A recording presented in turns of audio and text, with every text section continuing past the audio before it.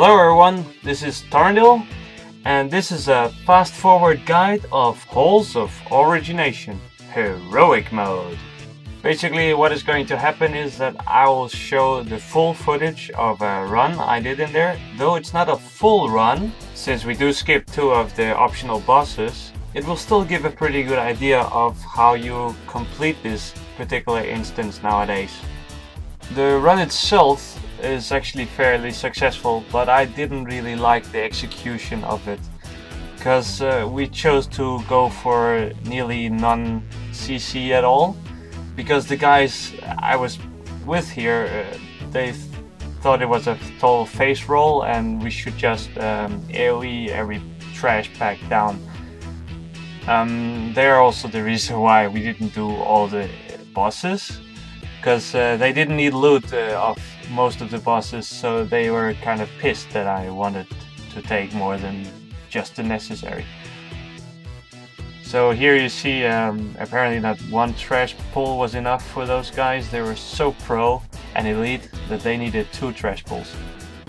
Anyway, I chose to use this footage after all, because you will meet people like this. It will happen to you also. And actually this is a very long instance. It has the most bosses of any heroic. So in most cases some of the optional bosses will actually get skipped, like we do in this particular run. Okay, back to the trash packs. Trash packs with these big guys are the hardest, since he has a very powerful buff. You need to somehow dispel or spell steal, because it will do it will fire fireballs out of him and increase his damage. So it is fun to spell steal as a mage, but be careful, because you will start shooting fireballs out of you and you will break CCs. Okay, and now for the boss. He has 2 phases. First phase, tank and spank, stay out of fire kind of thing. Pretty damn easy. Phase 2 just came there. He makes himself invulnerable and starts singing, and he sings so bad that the whole party takes damage, and it ticks harder and harder the longer he sings. So when you get him out of his invulnerable shield, you want to interrupt him singing. Okay, the reason why we all jump down here in phase 2 is that you want the tank to pick up the adds, so that you can have one dedicated person to pull the lever. Pulling the lever will take 10 seconds and can be interrupted by damage. But what this does is that when you have pulled both levers, the shield will drop down and you then run back up the stairs and back to phase 1. And then here after the boss, another trash pack, which can be CC'd because they are humanoids, but our DPS chose to make the pull again before I was even ready or anything. And here I'm trying to let him die just for the shits and giggles, but our healer was too awesome for some reason. So here I actually try and go to the second boss, which is an optional boss. And we start discussing whether or not we should do it. Yeah, and I realize it's gonna be reset soon anyway, because I'm playing pretty damn late in the evening here. And I'm just checking the loot. I actually don't need any loot and they don't, so okay, we skip it. I still don't think it's cool, since I think the quiet guy, we actually had one quiet guy. I think he actually needed some of the loot there. So this trash pull we just did there is probably the hardest trash pull in the instance, since there is one of those big guys with the nasty buff and quite a few of the small guys, but they can be CC. Then there's this room with the trogs all over the place, which is a gauntlet, because they will keep spawning. You need to take out these 4 different elemental bosses. This is the water one, and you need to take down that shield as fast as possible, since the guy that gets shielded will get stunned and take some pretty hard damage. Then there's the earth guy here. He has 2 things. He impales the tank, not hurtful as such. Then there is he makes some kind of shockwave, also not very hurtful at all. Then there's this wind guy.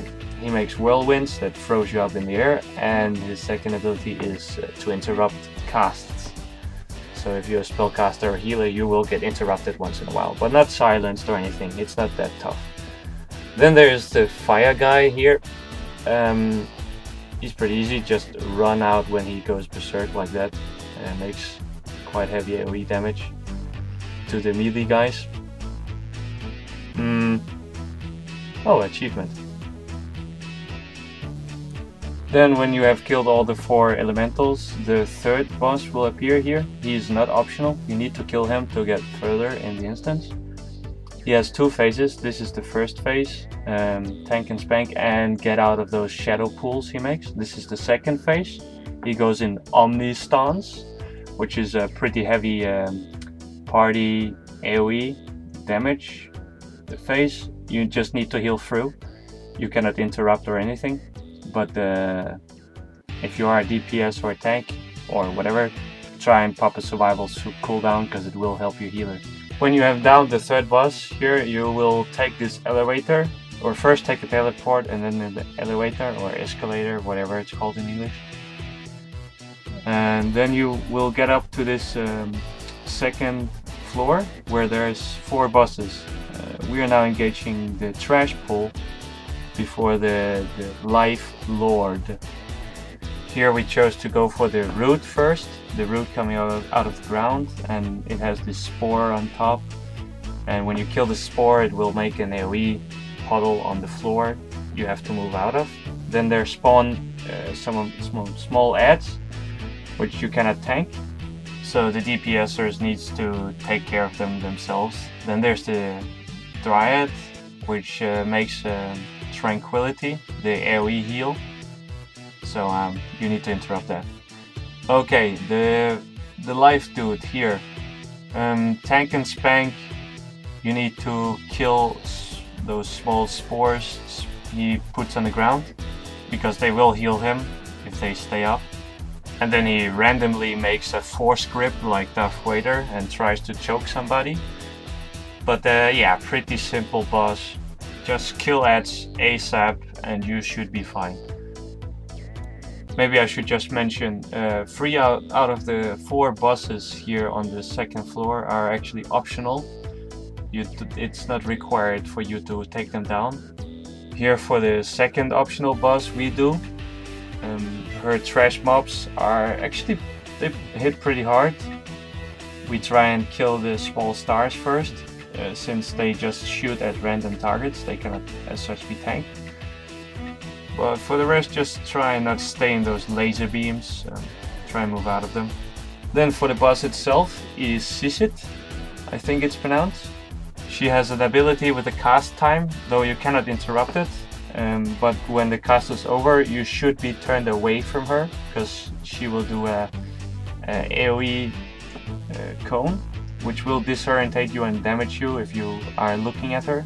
Then she splits into 3 first, and then splits into 2 at 66% and 33%. Basically, you just want to choose one of them and take that down, because when you take one of them down, she will merge back to 1, and then you're back into the first phase where you just tank and spank, kill those small ads if they appear. Then we do the last boss, which is the actually last boss of the 2nd floor, because we don't want to do the 3rd optional boss, which is the shadow boss. I apologize that I cannot show it here. Anyway, we are here at the trash pool at the last boss, as I said. Try and not to kill all of them at the same time, because when they die, they do a nasty AoE damage. So if you kill them all at the same time, you will have a huge spike of damage at once. He has 3 major abilities. The first one is a fire orb, which he will cast, and then you can interrupt it, and you should. The second one, he announces that he's gonna leap to a target. That target then move away, and you will avoid it. The third ability you will see here very shortly before he dies. He goes into the middle of the room and starts channeling AoE damage spell, and also when he does this, he makes himself more vulnerable to damage. So that is where you want to pop your Heroism or Time Warp and pop all your other damage enhancement, cooldowns, trinkets and such to take him down even faster. I hope you enjoyed watching and that you can take something from it, learn something. Please do leave comments, criticism or ideas in the comments below, and keep rocking, space dudes!